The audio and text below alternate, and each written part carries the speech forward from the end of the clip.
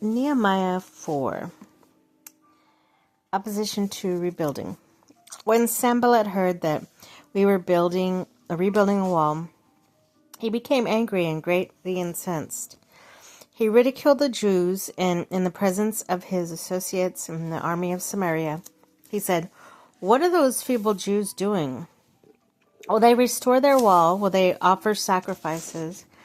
Will they finish in a day?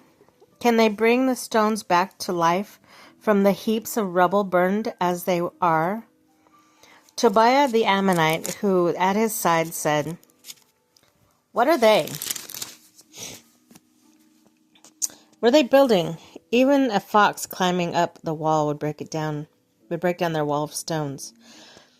Hear us, our God, for we are despised, turning our insults back on their own heads. Give them over as plunder in a land of captivity. Do not cover up their guilt or blot out their sins from your sight, for they have thrown insults in the face of the builders." So we rebuilt the wall till all of it reached half of its height, for the people worked with all their heart.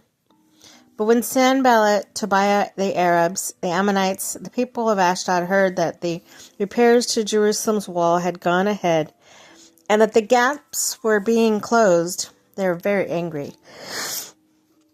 They all plotted together to come and fight against Jerusalem and stir up trouble against it. But we prayed to our God and posted a guard day and night to meet this threat. Meanwhile, the people in Judah said, "The strength of the laborers is given out, and there is so much rubble that we cannot rebuild the wall." Also, our enemies said, "Before they know it or see us, we will be right here among them and will kill them and put an end to the work." When the Jews who lived near them came and told us 10 times over, "Wherever you turn, they'll attack us." Therefore, I stationed some of the people behind the lowest points of the wall at the exposed place, posting them by families, with their swords, spears, and bows. After I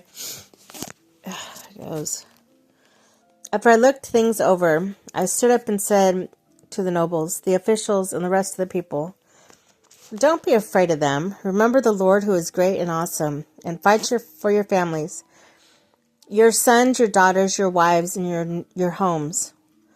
When our enemies heard that they were aware of their plot, and God had frustrated it, we all returned to the wall, each to our own work. From that day on, half of my men did the work, while the other half were equipped with spears, shields, and bows and armor. The officers posted them behind all the walls, all the people of Judah, who were rebuilding the wall. Those who carried materials did their work with one hand and held a weapon in the other. And each of the builders wore a sword at his side as he worked. But the man who sounded the trumpet stayed with me. Then I said to the nobles, the officials, and the rest of the people, "The work is extensive and spreading out, and we are widely separated from one another along the wall. Wherever you hear the sound of the trumpet, join us there. Our God will fight for us. We will continue to work with half the men holding spears from the first light of dawn till the stars came out." At that time I also said to the people, "Have every man and his helper stay inside Jerusalem at night, so they can serve us as guards by night and workers by day.